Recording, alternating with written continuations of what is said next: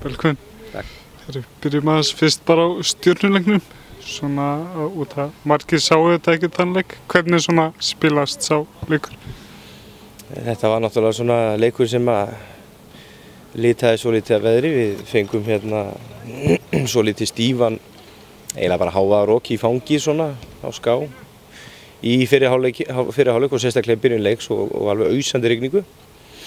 Og hérna það er hvorki gott né vont að það er hvorki gott að spila með eða móti sig slíkum aðstæðum, en hins vegar fá þær svona að skora glæsilegt mark í bara allt of snemma sem að harpa Smiðrónum bara vel úti svona utan að kanti og gerir það gríðarlega vel. Við létum það fara svolítið í okkur sko. En við komumst inn í leikinn aftur og erum með flottar svona síðustu 15-20 í fyrri hálfleik og svekkir sér að ná ekki að tengja það við seinni hálfleikinn og náðum ekki að byrja seinni hálfleikinn nógu vel undan vindunum, náðum ekki að setja nógu mikla pressu á þar en svo gerist það nú reyndar að staðan enn 1-0 að við förum svona að detta í færi þarna í restina. En það er bara að þú nýtir það ekki, þá fáum við það bara í andlitið og það er ná að setja sitt annað mark en svo skorar reynda Katla gott mark eftir misskilning í vörninni hjá þeim. Þannig að tölurnar litu út 2-1 en ég veit það ekki, við hefum getað stólið þarna kannski stíi með að jafna leikinn og verja það en við vorum, mér fannst Stjarnan eiga sigurinn skilið með leikinn. Við bara snúum okkur strax að leiknum á morgun. Fylkir, þetta er strembileikur. Þetta er erfiður leikur og Fylkir kom nú eina ferð til Akureyrar fyrir sumar í bikarnum og tók þar allt sem var í boði.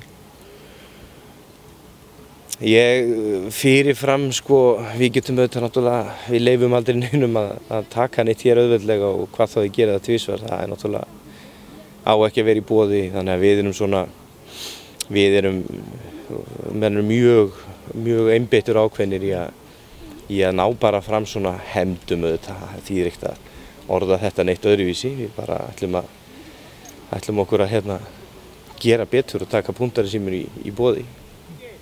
Ef við sko rétt örlítið þetta Fylkislið, eins og við sáum kannski í bikarnum, það er alveg stórhættur þetta leyfið að skipuleggja sig og liggja tilbaka, þannig að það er kannski meiri kraft bara í svona þannig að brjóta öðru. Já, við þurfum náttúrulega bara að fókusera enn betur á styrkleikan okkar líka og fá svona heilsteyptan leik þannig að við getum farið að ná að tengja kannski svona saman okkar styrkleika sem er að halda leikjum í balans. Við erum ekki mikið fyrir það að hleypa leikjum upp þannig að annað liðið skori mikið af mörkum.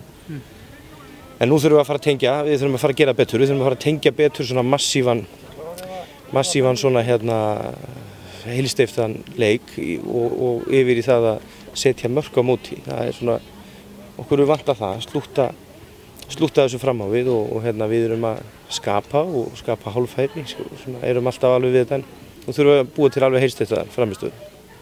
Og eins og bara venjulega, krafan eru þetta 3 stig? Já, krafan sko, það er eins og við náttúrulega erum alltaf að tala um að við erum ekki að hugsa eða hlusta á pressu einhvers staðar frá sko, við setjum pressuna á okkur sjálf og stelpurnar setja kröfur og erum með mikla kröfur á sjálfa sig og sitt lið og það sjá pressuna, stelpurnar sem er bara virkilega gott og jákvætt og þroska finnst mér þannig að það eina pressan sem þær finna er bara þessi mikla skýlausa krafa á sjálfa sig að standa sig og ná í öll 3 stigin og það sérstaklega á heimavelli. Takk fyrir. Takk fyrir.